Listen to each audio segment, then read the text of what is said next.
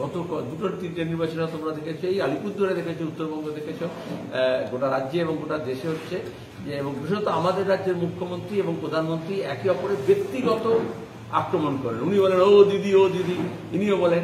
আবার যখন সিএনআরসি নিয়ে গোটা রাজ্য জুড়ে যখন আন্দোলন হচ্ছিল তখন চুপিসারে রাজভবনে মুখ্যমন্ত্রীকে দেখা করে নেন। এই যে নীতি আয়োগে মুখ্যমন্ত্রী গেলেন না, কিন্তু সবসময় তোমরা রিপোর্ট করো যদি একটা একান্ত বৈঠক হয় তাহলে তিনি চলে যাবেন। তাহলে এখানে দাঁড়িয়ে ব্যক্তিগত ব্যাপারটা হচ্ছে, যখন ব্যক্তি স্বার্থে রাজনীতি হয় তখন এই ধরনের ব্যক্তি আক্রমণ হয়, ব্যক্তিগত প্রসঙ্গগুলো চলে আসে। যে দেশের স্বার্থে হয়, যদি একটা নীতির প্রশ্নে হয়, মানুষের স্বার্থে হয়, তাহলে মানুষের কথাগুলো আসে। দুজনে মিলে তো চা বাগান নিয়ে একটু চাপাতর করলেন না? মিথ্যাচার তো দুজনেই করেছেন। গত দুটো নির্বাচনে এসে চা বাগান নিয়ে কত কথা বলেছেন। চা বাগান নিয়ে কেন্দ্র সরকার এবং রাজ্য সরকারের যে ব্যর্থতা, এত বিদেশি মুদ্রা রোজগার হচ্ছে কিন্তু সেখানে দাঁড়িয়ে চা শ্রমিক সে তার ন্যায্য পাচ্ছে না। দুই, চা বাগান বন্ধ হচ্ছে, যতবারের আসে মুখ খোলেন মুখ্যমন্ত্রী প্রধানমন্ত্রী, তারপরে চা বাগান বন্ধ হয়ে যায় আরো বেশি। চা বাগানের জমি নিয়ে কেলেঙ্কারি হচ্ছে, সেই নিয়ে ওদের মধ্যে কোনো কথা নেই। অর্থনীতি নিয়ে কোনো কথা নেই, বেকারি নিয়ে কোনো কথা নেই, পরিযায়ী শ্রমিক নিয়ে কোনো কথা নেই, কৃষি নিয়ে, কৃষকের ফসলের দাম নিয়ে, সারের চোরা কারবারি নিয়ে, যেগুলো করার কথা কেন্দ্র এবং রাজ্য সরকারের মধ্যে, যোগাযোগ ব্যবস্থা করার কথা, অর্জনের ব্যাপারে এখন সিঁদুর নিয়ে বিজেপি টানাটানি করছে। আচ্ছা, একটা দেশে সন্ত্রাসবাদী হামলা হলো, তার বিরুদ্ধে গোটা দেশকে এককাট্টা করতে হয়। বিজেপি এখন যেটা করছে, এখন ভারতের সেনা নয়, বিমান বাহিনী নয়, বিজেপি নেতারা গিয়ে পড়েছে। এখন মোদীকে একবারে যুদ্ধ সমরাস্ত্র সব সাজিয়ে দিয়ে, ইউনিফর্ম পরিয়ে দিয়ে এখন যাত্রা করতে আরম্ভ করে দিয়েছে। কি শান্তিগোপালের যাত্রা নাকি? যেখানে দেশের কথা গোটা বিশ্বে যাতে ভুল না বোঝে তার জন্য সর্বদলীয় ডেলিগেশন সবাইকে পাঠাতে হয়েছে। সব তো প্রধানমন্ত্রী নিজেই জানা, মোদী মোদী হয় বিশ্বগুরুর নামে। আর কেন তাহলে সর্বদলীয় বৈঠক করতে হলো, যে ডেলিগেশন পাঠাতে হলো? কারণ দেশের কথা হলে, বিদেশ নীতি হলে, বৈদেশিক আক্রমণ হলে, সন্ত্রাসবাদ হলে গোটা দেশের সব মানুষকে এককাট্টা করতে হয়।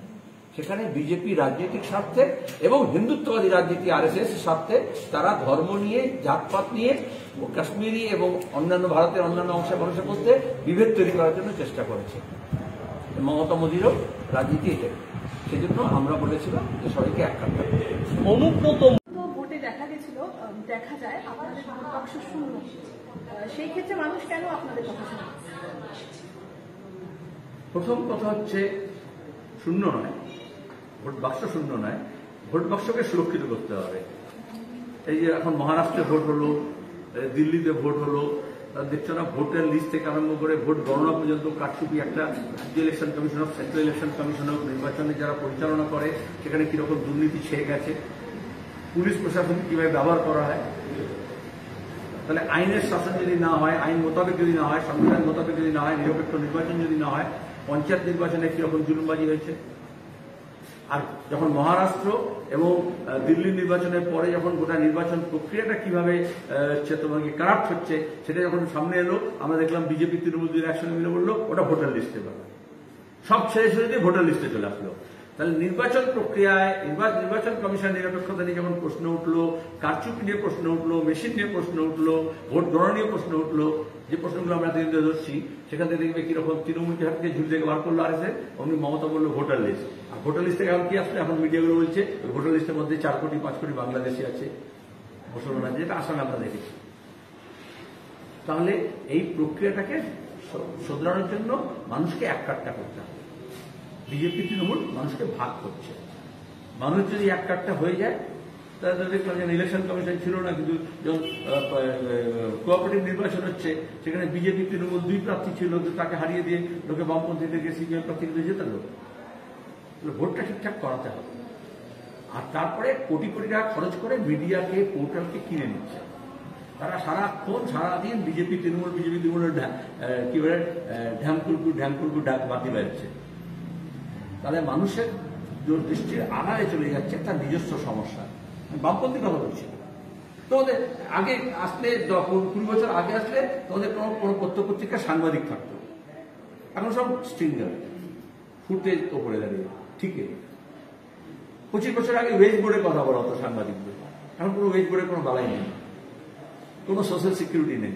এটা তো তোমাদের নয়, সবার, গিগ ওয়ার্কার থেকে আরম্ভ করে বাকি সব অংশের মানুষের। তাদের কথাটা পেছনে চলে যাচ্ছে, আর নিয়ে আসছে ওই আমি বললাম যেগুলো নাটক করে সামনে এমন জাগরের সব কথাবার্তা নিয়ে আসছে, গালাগাল নিয়ে আসছে, যেখানে দাঁড়িয়ে মানুষ তার অনুব্রত কথাটা খুব ভাইরাল হচ্ছে। কি হয়েছে, সে বাবা বউকে ধরে টানানি করেছে, কিন্তু বীরভূমে দেউচা পাশামিতে আদিবাসীদের উৎখাত করে জমি দখল করতে চাইছে, সেটা খবর হচ্ছে না। আমাদের শুধু ভোট বাক্স ব্যাপার নয়, টিভির বাক্সটাও শূন্য হয়ে গেছে, কারণ ওখানে মানুষের কথাগুলো আসছে না। এই ভিডিওটিকে লাইক করুন, আপনার গুরুত্বপূর্ণ মতামত কমেন্টের মাধ্যমে আমাদের জানান, এবং আমাদের চ্যানেলের ভিডিও সবার আগে দেখার জন্য ইউটিউবে গণশক্তিকে সাবস্ক্রাইব করুন, ফেসবুকে ফলো করুন এবং শেয়ার করুন আপনার পরিচিতদের মধ্যে। আমাদের চ্যানেলে আপলোড হওয়া ভিডিও নোটিফিকেশন পেতে বেল আইকনটি ক্লিক করতে ভুলবেন না।